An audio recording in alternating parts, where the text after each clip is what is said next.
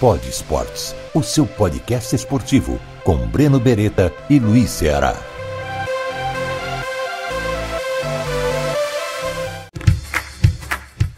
Espera só mais um pouquinho que o Pod Esportes já vai começar.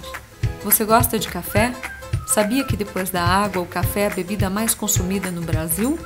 O café da Serra da Canastra é gourmet e tem um sabor todo especial. Você não precisa sair de casa para comprar. Entre no site cafedaserradacanastra.com.br e peça já o seu. Entregas em todo o Brasil. Agora, aproveite o podcast e, de preferência, com bom café.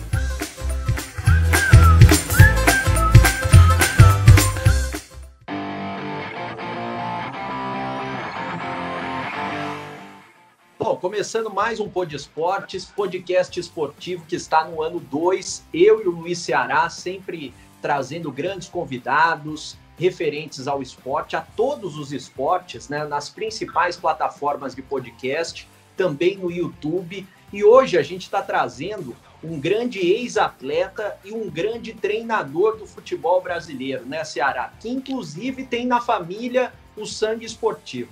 É verdade, Breno. Nós estamos diante de um dos grandes treinadores do futebol brasileiro. O Brasil tem grandes treinadores, né?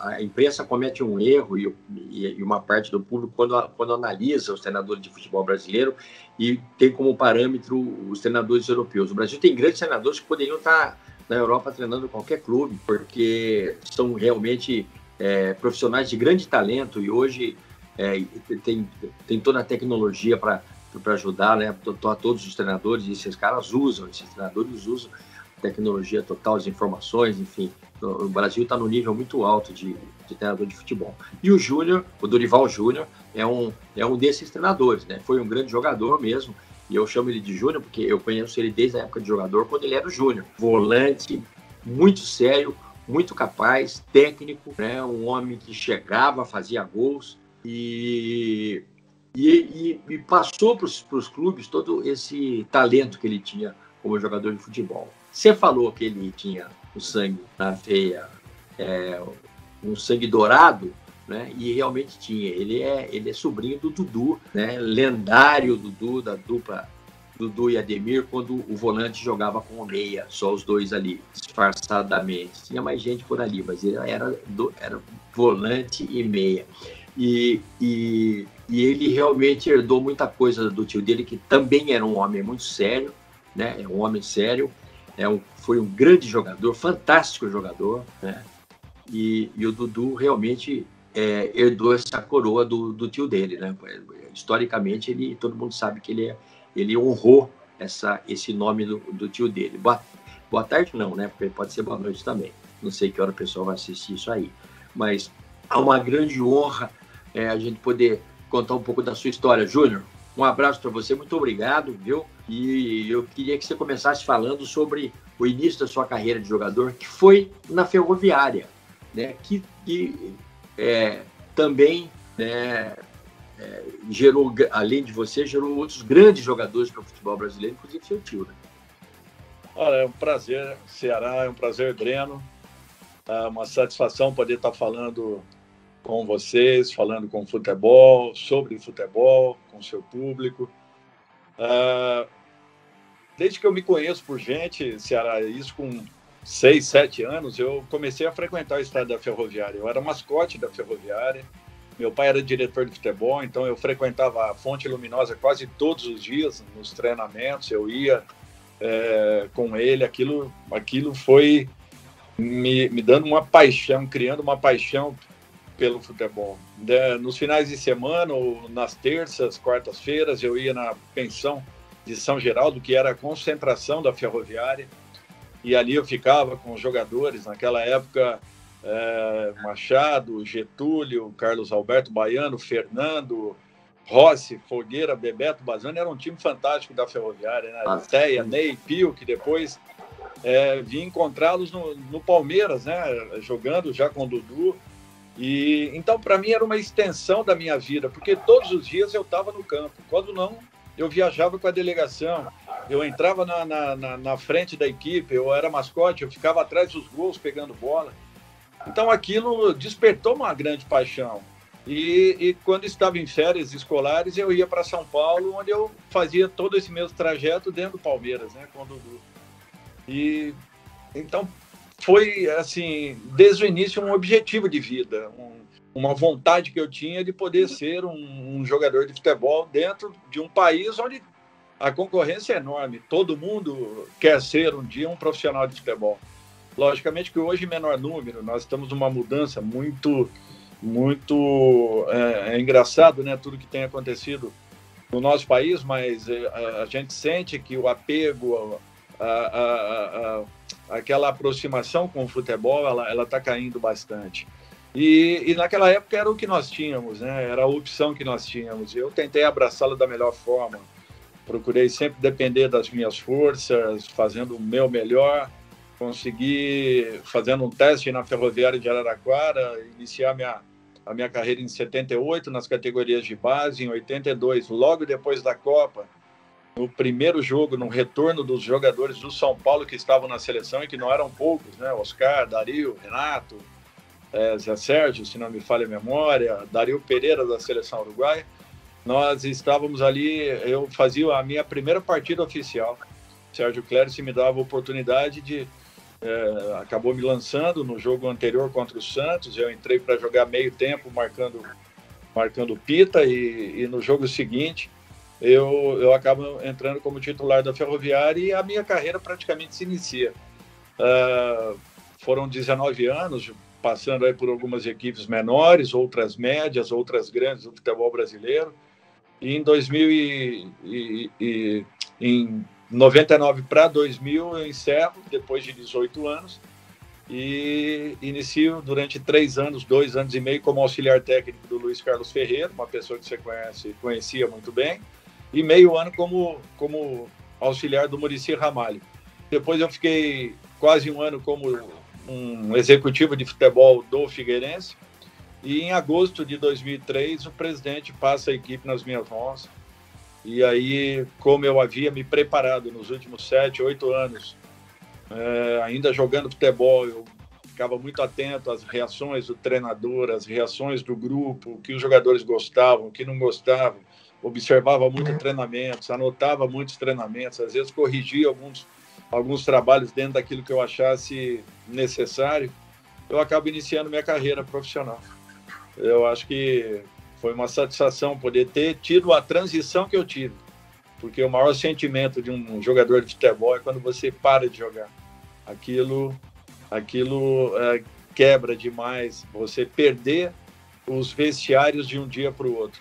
É um sentimento que é difícil de explicar, inexplicável até, e eu percebi que aquilo foi um fato muito natural, porque eu parei de jogar no dia seguinte eu continuava nos vestiários sendo auxiliar técnico de um grande profissional que me ensinou tanto, que foi o Luiz Carlos Ferreira. Ô Dorival, a gente estava até falando antes da entrevista sobre os clubes do interior, né? E você jogou em clubes do interior, como a Ferroviária. Eu que tive um bom tempo trabalhando por lá na IPTV, cobrindo a Ferroviária em São Carlos, em Araraquara, diariamente. A Ferroviária tem uma grande história. Você está lá no Museu da Ferroviária, no estádio da Fonte Luminosa, tem muita coisa sua lá. No próprio Guarani, você também fez parte do time histórico do Guarani. Só que hoje a gente pega Ferroviária, Guarani, times que eram considerados médios, até próximo de grandes, né? E tá acabando tudo, né? Como é que você vê, como homem do futebol, esses times sem estrutura, sem dinheiro para investir e crescendo cada vez mais clubes empresa, né? Como Cuiabá, como Red Bull e por aí vai? Eu acho que, Breno, são as mudanças naturais que nós estamos vendo no esporte de um modo geral. Algumas regiões que tinham tradição, como, por exemplo, né, 15 de Jaú, Noroeste, América de Rio Preto, Catanduvense em determinado momento, Ferroviária, Botafogo, Comercial, mais centralizados ali no estado, 15 de Piracicaba, Inter de Limeira, Rio Claro. Essas equipes estão tendo que lutar muito para que possam permanecer nas suas condições. A Ferroviária mesmo teve muitas dificuldades quando caiu nas séries da Série A para a Série B do Campeonato Paulista. Demorou anos para poder retornar, não foi fácil. E quando conseguiu, está fazendo de tudo para poder se manter. Eu acho que está mudando muito essa concepção. Os clubes estão partindo para um outro modelo de gestão, já que, na minha opinião, esse modelo presidencialista, para mim, ele está completamente falido no esporte, principalmente no futebol. Nossos clubes precisam de algo diferente que venham a reestruturarem essas equipes e que voltemos a ter equipes fortes, como sempre tivemos no interior paulista, um grande celeiro de craques aí que marcaram a época e a história do futebol brasileiro. Ô, Júnior, você está falando um pouquinho atrás agora que você entrou no jogo de São Paulo marcando pita, né? Você jogou numa época em que, você acabou de falar, tinha grandes jogadores mesmo, talento puro, e os meias eram diferentes dos meias de hoje, né? Até os volantes eram diferentes. Era volante, mas eram jogadores que iam à frente, tinham muita técnica. Zito, né? O próprio Dudu, você... teve uma turma aí que jogava muito, né? Eu vi o Dema, eu gostava muito do Dema jogando no Santos, por exemplo, um jogador interessantíssimo. Então, queria que você falasse um pouco sobre essa dificuldade, né, de você pegar os caras que realmente tratavam a bola de uma forma diferente. Que trabalho esses caras assim? Porque, por exemplo, o seu tio pegou a época do Ademir da Guia. Eu já falei com ele e falou, pô, marcar os caras daquela época você tá brincando. Era um terror. E você pegou também gente do mesmo nível, né? Ceará, eu acho que todo time tinha um grande 10, no mínimo. Então você olhava a Ponte Preta, nós tínhamos ali de cá, nós tínhamos Lola. Olhava o Guarani, nós tínhamos Alfredo, Zenon. Nós olhávamos para o Santos, um 10 melhor do que o outro. Olhávamos um Palmeiras, sempre tinha um grande 10.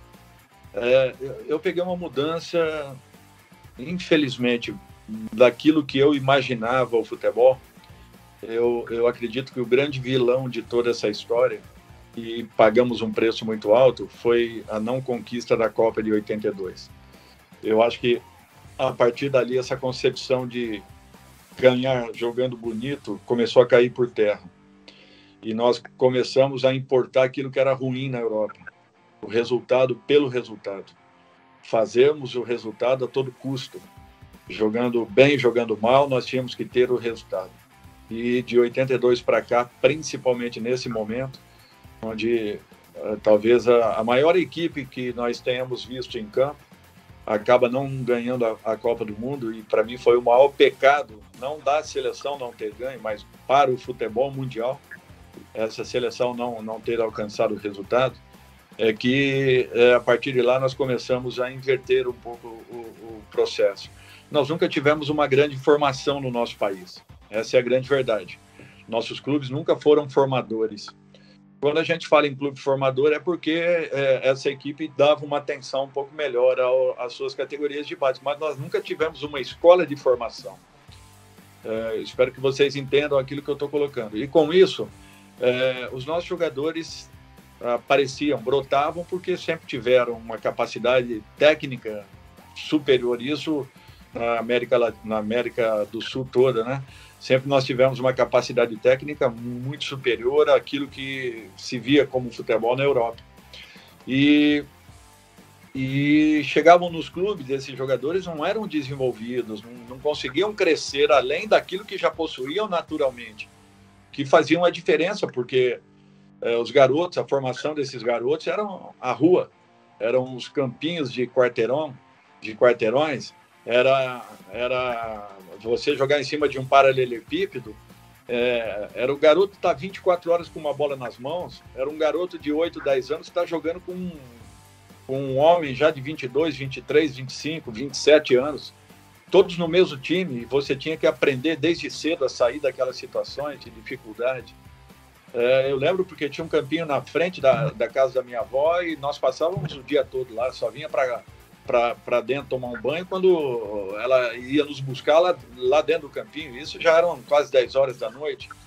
E nós passávamos o dia inteiro ali.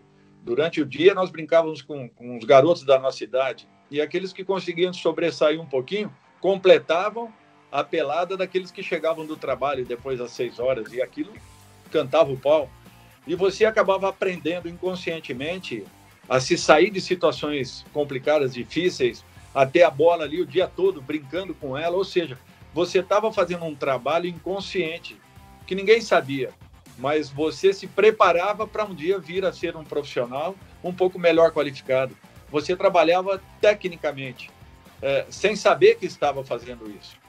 E quando você chegava num clube, você logicamente ganhava ali uma orientação tática qualquer, e aquilo você fazia dentro da capacitação que cada um possuía. E as nossas equipes não demoravam a se ajustarem, por quê? Porque tinham essência. Tinham uma posse de bola como essência, jogadores eram muito técnicos, sabiam trabalhar bolas, sabiam se posicionarem, iam conquistando com o tempo, passar de treinamentos e jogos, uma condição de equilíbrio dessa equipe, e as grandes equipes eram formadas, na minha concepção, dessa forma. Até o momento que escassearam os campinhos de ruas, as ruas ficaram vazias, as pessoas passaram a viver com medo uma das outras, nós deixamos de ter aquela aproximação com as pessoas mais velhas, começaram a questionar um monte de situações, nós perdemos essa formação inconsciente que nós tínhamos ao longo da formação de cada atleta. E passamos a ter uma formação única nos clubes, já que não éramos e nunca fomos preparados para formarmos. Então, eu acho que tudo isso contribuiu muito para a caída brusca que nós tivemos, né? Hoje acaba um campeonato, e olha que eu assisto Ceará todos os campeonatos possíveis, porque eu sempre montei minhas equipes em cima de jogadores desconhecidos. E às vezes termina um campeonato da Série B, eu quero montar uma ou duas equipes com destaques que você tem observado, e às vezes você não consegue completar essas duas equipes. Então, alguma coisa aconteceu ao longo do caminho, além desses detalhes que eu citei, que contribuíram para essa caída, né, de produção que todos nós tivemos, e infelizmente, tecnicamente, o futebol caiu muito. Tem outros aspectos, né? Por exemplo, a saída de 1.500 jogadores ano do país, isso também contribui muito, na minha opinião, e com todo respeito, porque eu sei o que é ser um profissional de futebol no país, mas 40% dos jogadores que estão jogando uma Série A hoje eram para estar jogando uma Série B. 40 que jogam a B era para estarem na C, da C para D, enfim.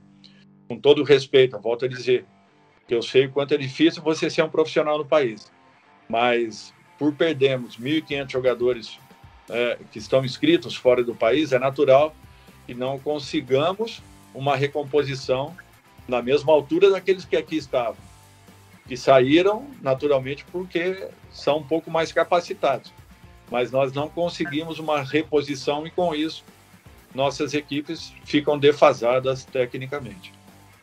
Eu ia pedir só para você colocar um pouquinho a câmera um pouquinho mais distante para não cortar a sua cabeça. Contrário. Calma. Tá bom? Levanta um pouquinho mais só o celular para pegar a sua cabeça melhor assim. Aí, perfeito. Aí. Beleza? Beleza. Até em cima disso que você estava falando agora, Dorival, você trabalhou, por exemplo, com o Neymar um bom tempo no Santos, e é um jogador que desde aquela época a seleção brasileira está dependendo dele, né? Todo mundo fica nessa expectativa. Ele saiu do Brasil, até criticado de certa forma pelo comportamento, e teve problema no Santos justamente quando você estava lá, depois teve problema fora também, e a gente fica nessa expectativa e parece que o Neymar não vinga e não consegue resolver na seleção e no próprio Paris Saint-Germain, porque ele resolvia quando ele estava do lado do Messi e do Suárez no Barcelona, né? E a gente não tem outro jogador para depositar as fichas. Tem alguns que surgem aí, como Vinícius Júnior, Rodrigo, mas não à altura do Neymar. Como é que você vê essa situação do futebol brasileiro? E você acha que o Neymar pode um dia ser o protagonista que todo mundo espera, ganhar uma Copa praticamente sozinho ou ser o melhor do mundo? Eu discordo de uma situação. Eu acho que ninguém pode ser dependente de um jogador. Com relação à parte técnica, para mim é um jogador fantástico. É diferente de tudo o que nós imaginamos. É um jogador que tem uma capacidade, uma qualidade individual que poucos apresentam, poucos possuem. Eu acho que o Neymar ele tem que completar uma seleção que tecnicamente já é muito boa. Por isso que nós não podemos ter uma dependência. A partir do momento que isso aconteça, eu não tenho dúvidas que o Neymar mais tranquilo, mais equilibrado e preparado, ele terá condições de poder desenvolver o seu melhor, de entregar o seu melhor à nossa seleção. Eu acho que essa é a expectativa que fica para as próximas competições. Eu vejo como um jogador diferenciado. Igual o Neymar, olha, dificilmente nós teremos um jogador com esse nível. Dificilmente mesmo.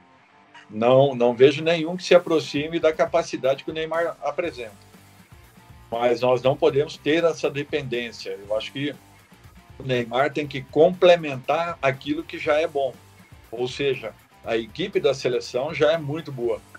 Eu não tenho dúvidas que o Tite está encontrando uma situação em que Neymar seja esse complemento de tudo aquilo que é apresentado, para que ele, de repente, aí sim possa assumir esse protagonismo que todos nós queremos. Ô Júnior, o que eu fico assim um pouco impressionado é que, e não consigo às vezes entender muito, e depende muito de uma pessoa que está dentro como você, para esclarecer, né? Porque eu vivi também muitos anos nesse bolo, e eu acho que essa interdependência, ou essa dependência, teoricamente falando, que a seleção teria do Neymar, que é o jogador que a gente está falando, depende muito também da vontade do jogador de ajudar. É pessoal, o cara tem que... Olha, você vê vídeos da Copa do Mundo de 58, o Brasil tomou um gol, o Didi correu lá dentro da rede, meteu a mão na bola, trouxe a bola até o centro de campo, conversando com os caras, dizendo aqui, pô, eu sei porque eu conversei com ele isso. Eu falei com o Didi isso. Aí, Didi, o que você falou para os caras? Ele falou, não, falei que eles não iam ganhar da gente, que nós somos melhores, que a gente era muito melhor, que história é essa de tomar um gol, pô? Vamos levantar a cabeça e vamos meter gol nesses caras, pô. Você entendeu? Cara, liderança dentro de campo, o Zito era líder, você era líder, você sabe disso. Eu acho que falta isso nele, falta essa vontade muito pessoal de querer ser o cara mesmo, em vez de você falar, ele é o cara, ele dizer, eu sou e vou e resolvo. Eu acho que ele tem tudo para isso, Ceará. Ele tem tudo para que isso aconteça. Eu acho que ele já teve uma vivência, passou por todas as fases possíveis, de garoto, de um crescimento, um amadurecimento, contestações, reconhecimentos, novas contestações, novo reconhecimento. Eu acho que ele já passou por todos esses momentos. O que eu sinto assim, caso ele tenha essa disposição, caso ele tenha essa vontade, ele com certeza ele pode assumir essa condição de ser o protagonista de uma seleção que, eu volto a dizer, já é muito boa. Nós temos uma seleção muito boa, equilibrada, jogadores experientes, conscientes, tiveram uma experiência nessa última Copa e muitos deles poderão levá-la para o campeonato seguinte. Então, o que eu vejo é que esse equilíbrio que a equipe apresenta pode ser um diferencial para esse novo momento. E, de repente, Neymar com tranquilidade, equilibrado, focado único e exclusivamente em se dedicar a uma Copa do Mundo, a conquista de um campeonato mundial, eu não tenho dúvidas em afirmar que ele pode ser o diferencial. Caso ele, como você disse, assuma essa condição, vista essa couraça e enfrente toda e qualquer situação, porque é natural que um jogador com a sua capacidade, seria uma pena se passasse pela seleção sem que deixasse uma marca. Fato esse que ele deixou na maioria dos clubes que passou. Talvez ainda deva alguma coisa ao seu último clube, pode ser, mas eu acho que com o tempo ele também pode alcançar essa marca. Então, o que a gente precisa é que ele se determine a buscar tudo isso, e a nossa torcida é que isso aconteça. Ô, Júnior, só para encerrar da minha parte, depois o Breno quiser falar mais sobre o Neymar, para encerrar a minha parte, eu acho que ele foi mal educado. Eu sou um cara claro, você sabe disso. Mal educado e infeliz.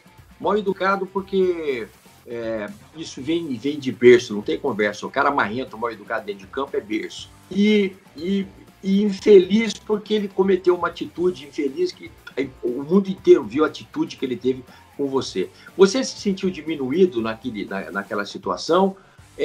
Como é que você analisou? Eu sei, claro, que você ficou puto da vida, mas você conseguiu passar bem por aquela situação, Júnior? Não, bem. Eu encarei com muita naturalidade aquilo ali, Ceará. Ele tinha 17 para 18 anos. Ele estava num processo... Pra você ter uma ideia, quando eu cheguei em janeiro no Santos, as pessoas, lógico, reconheciam o Neymar, mas com relação aquele mesmo dia, a gente já tinha resolvido a situação. Ele já havia pedido desculpas ao grupo, a mim mesmo. Na realidade, eu saí do Santos por um desentendimento da diretoria em relação a uma punição técnica ao Neymar, porque a punição administrativa é uma coisa, e a punição técnica é o que fica no grupo, né? Um exemplo para o grupo. E o Neymar sabia que ele tomaria essa punição. A diretoria não entendeu dessa forma. Eu saí assim, como nós estamos conversando agora. Eu falei, presidente, então não adianta, se o senhor não entender que eu tenho que dar uma punição ao Neymar, não adianta eu ficar à frente de um grupo. Com que respeito amanhã eu vou cobrar de um outro jogador. Assim que nós... 3 dias depois, o presidente me ligou, falando que tinha tomado a decisão errada, não era para ter acontecido, enfim. Mas já era tarde. Ô, Dorival, não é porque a gente está te entrevistando, mas eu falo isso sempre nas redes sociais, nas mídias, que você está fazendo falta para o futebol, né? Que você é um cara equilibrado, um treinador muito competente. Só que tem muita gente, tanto torcedores quanto pessoal da imprensa, que pegam treinadores mais experientes como você, como Abel Braga, como o Luxemburgo, como o Cuca, que agora está engrenando no Atlético, e colocam logo de cara, em um início de trabalho, como treinador desatualizado, que treinador europeu ou estrangeiro aqui da América do Sul é melhor. Eu queria que você falasse particularmente como é que tem sido para você essa situação de mercado também, né? E essa situação de se atualizar, se é importante ou não, e como que vocês estão fazendo isso? A atualização é muito importante. Na realidade, quem não se atualiza são os gestores de futebol, né? E principalmente presidentes e diretores estatutários de clubes. Esses precisariam de uma reciclagem, porque a decisão é deles e não nossa. Eu acho que os treinadores estão bem atentos em relação a isso. Quer dizer que nós não tenhamos errado lá atrás, porque nós deixamos as coisas acontecerem. Nós não cobramos CBF, federações com relação à melhoria da nossa, ou à capacitação da nossa profissão. Hoje nós ainda não temos nem a nossa profissão reconhecida, diga-se de passagem. Nós estamos com um projeto de lei na Câmara Federal desde 2013, 2014, e até hoje ela não andou. Porque Brasília tudo é muito rápido, né? Então você tem que conviver com esses contratempos que existem. Mas eu fico muito tranquilo em relação a isso. Olha, Breno, ninguém fez uma equipe como o Santos de 2010 até hoje. Me desculpem, mas tenho muito respeito por todo mundo. E olha que quando eu peguei a equipe do Santos, Neymar as pessoas brincavam, Paulo Henrique Ganso falavam que não tinham condições de ser um jogador, porque ele era um jogador lento, e aquele time do Santos encantou todo mundo. Quando causa emoção, provoca emoção, é porque marcou na vida das pessoas. E até hoje, em todos os lugares que eu vou, a abordagem do Santos de 2010 ela é muito grande. É como um livro bem escrito, que depois de 30, 40 anos, em algum momento da sua vida, você irá ler. Por quê? Porque marcou, emocionou. E daqui a mais 10 anos as pessoas vão continuar falando dessa equipe. Eu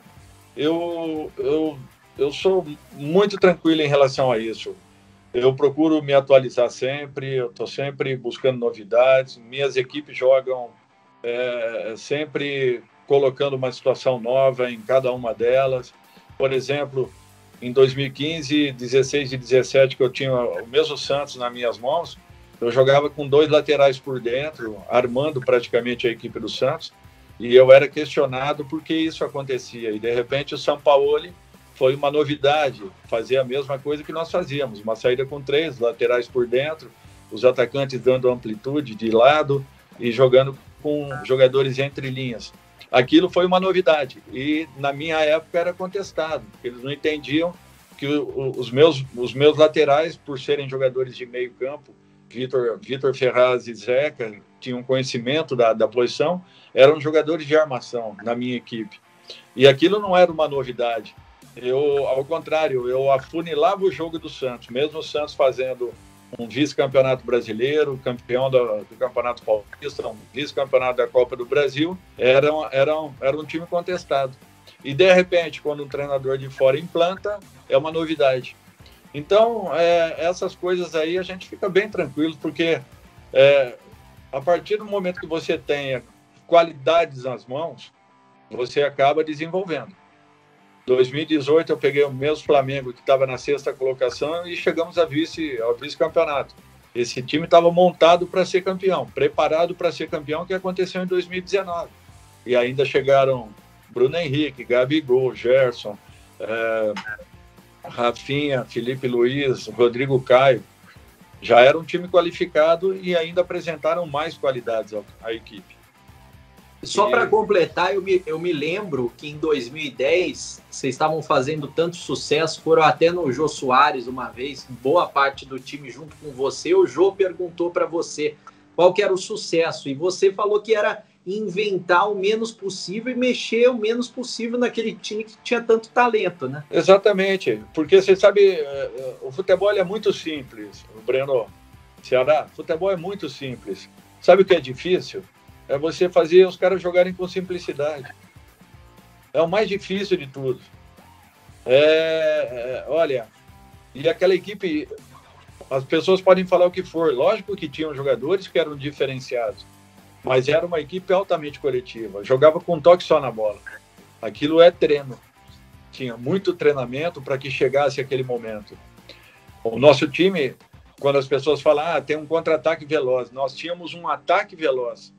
Por quê? Porque nós tínhamos, além da habilidade técnica, das individualidades que nos momentos importantes e oportunos decidiam, nós tínhamos um toque só na bola.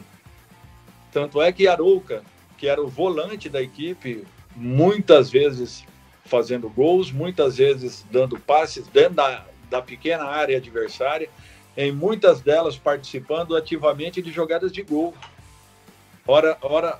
Quando não Arouca, o Wesley estava participando. Quando não, Marquinhos, que era o outro meia, estava participando. Quando chega Robinho para esse time, aí encanta mais ainda. E aquele time marcou, eu acho que marcou uma época, uma geração. Eu fico imaginando se nós tivéssemos mais 1 ano e meio, 2 anos, com aquele grupo juntos, o que essa equipe poderia produzir. Porque ela, com tão pouco tempo, ela já fazia tudo aquilo que acabou fazendo. Então eu fico imaginando essa equipe sem as vendas, sem as lesões, se tivesse a oportunidade de poder estar juntos, talvez aí mais 1 ano, eu não tenho dúvidas que aquilo seria um diferencial e fatalmente eu acho que teria marcado ainda mais do que aconteceu. Queria que você falasse da sua superação fora dos campos, do trabalho, né? Porque recentemente tanto você quanto sua esposa passaram por momentos difíceis em relação à parte médica, né? Eu queria que você falasse um pouquinho dessa superação que vocês tiveram fora de campo, familiar, desses momentos aí.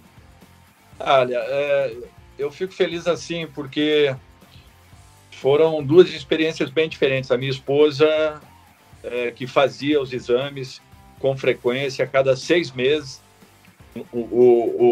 as orientações eram para que fossem feitas a cada ano, de ano a ano. Ela fazia a cada 6 meses, por já ter tido um histórico na família. Acaba encontrando alguns probleminhas em 2014. Fez aí 5 operações, foram bem delicadas, não foram fáceis, momentos difíceis. Até hoje ainda, o mês passado, ela fez uma última ablação, que eu espero agora solucione todos os problemas, porque com a necessidade de se fazer após a retirada, né, dos seios, se fazer a radioquimioterapia, ela teve um probleminha no coração, se estendeu ao longo de alguns anos e há 3 meses atrás, 2 meses, ela acabou fazendo essa última ablação, que eu espero agora solucione e resgate tudo aquilo que foram feitos aí nos últimos anos. A minha situação já foi um pouco mais tranquila, nós conseguimos detectar logo no início um câncer de próstata. Eu não fazia os exames com frequência, por isso eu deixo um alerta aqui muito especial a todos os homens, que eu tinha aquele lance de, eu vou uma vez a cada 3, 4 anos, e não é assim. As pessoas precisam se cuidarem um pouco mais, as mulheres se cuidam muito mais do que nós nos cuidamos. Então, nós precisamos de uma averiguação, de uma constatação. Tenho certeza que o Ceará está aí, daqui a pouco. Está cumprindo com todo o calendário aí. Amanhã está indo fazer, né, Ceará? Hoje, né? Hoje, agora. Estou indo agora. Boa sorte. Mas é mais do que necessário. E graças a Deus, pegando no início, eu tive condições de uma recuperação muito rápida. Lógico, 2019 para mim eu não trabalhei em razão principalmente disso aí. Eu tive que tirar o ano todo, porque desde do momento em que você detecta até os exames iniciais, pré-operatórios e depois o pós-operatório, é sempre um pouquinho delicado. Mas, para mim, não tive nada. Então, com a experiência que eu havia tido com ela, né, e as dificuldades que eu havia passando, aquilo para mim foi muito pequeno. Graças a Deus, pego no início e me dando condições de uma recuperação. Hoje, nós estamos zerados. Já é o 3º exame que eu faço após a operação em 2019 e não tem nada mais. Amém. Olha, Júnior, eu queria ficar conversando com você a tarde inteira. Hoje, que para o pessoal que está assistindo à noite, seria a noite inteira, porque você é um cara muito, muito acima da média na questão de inteligência, colocação das posições e você conversando, você passa um ensinamento para as pessoas que estão ouvindo, para nós também, eu que sou profissional, o Breno, você passa um ensinamento para nós. Pudessem as pessoas todas conversar com os treinadores, e hoje não é possível, mas isso no nível que a gente está falando, tranquilamente, podendo passar essas informações. Eu te agradeço o tempo que você teve aqui com a gente, que eu sei que vai ser um tempo de ensinamento para as pessoas.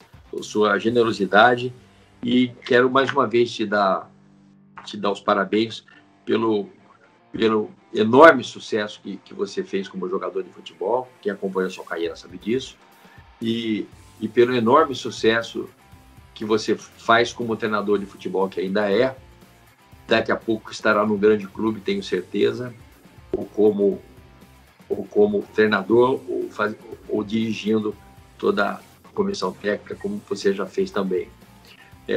Muito obrigado, de coração, grande abraço. Se encontrar seu tio, fala que me manda um abraço e tamo junto. Obrigado, viu? Um abraço, Júnior. Ceará, eu que agradeço, Breno, pela oportunidade. Falar sobre futebol sempre é muito gostoso. Pessoas do bem, pessoas que querem um crescimento da nossa profissão. É isso que nós queremos sempre. Nós estamos aqui para nos ajudarmos, compartilhando informações. É dessa maneira que todos nós crescemos. Um abraço a todos, obrigado pela paciência aí que tiveram. Fiquem com Deus e sempre à disposição dos amigos. Ô, Dorival, tem presentes. Não vai esquecer de ir no bar do Zeca. Ô, Dorival, olha que eu vou. Tem presentes para você. Você já fizeram caricatura sua, Dorival? Rapaz, eu tenho uma que eu ganhei de um amigo lá de Porto Alegre, e outras 2 de um amigo de Recife, que quando eu trabalhei no esporte e quando eu trabalhei no Internacional. O Caricação, que é o nosso parceiro, ele faz caricaturas, já fez do Ceará. A minha vai fazer uma sua especial, a gente vai mandar para você uma caricatura bem bacana. E café, você gosta de café, Dorival? Pô, claro, quem não gosta? A gente vai mandar para você café gourmet, que é o café da Serra da Canastra, aí em Santa Catarina, na sua casa, para você e os seus familiares saborearem aí o café gourmet da Serra da Canastra. Muito obrigado. Obrigado, Dorival. Um grande abraço a todos aí. Um abraço. Valeu, Júnior. Tudo de bom, Ceará. Até mais, Breno. Pod Esportes, o seu podcast esportivo, com Breno Beretta e Luiz Ceará.